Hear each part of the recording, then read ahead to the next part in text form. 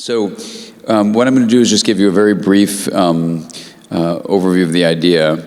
In the work I do, it's in a field called interpersonal neurobiology. We synthesize the different sciences together, and basically we explore how the mind is seen as a self-organizing emergent process of both bodies and relationships, so it's both embodied and relational. And then we look at ways in which a healthy mind promotes something called integration, both within and between.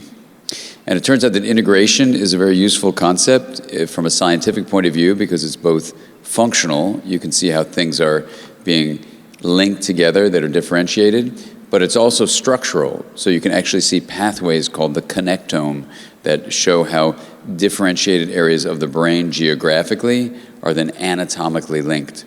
So it's both structural and functional from a scientific point of view that's useful. From an institutional point of view, since this is a talk about organizations, what people have found is very helpful about integration is it helps different departments in an organization actually be honored for their differences. So you support each department, and then within each department you let them be well differentiated, but then you link them.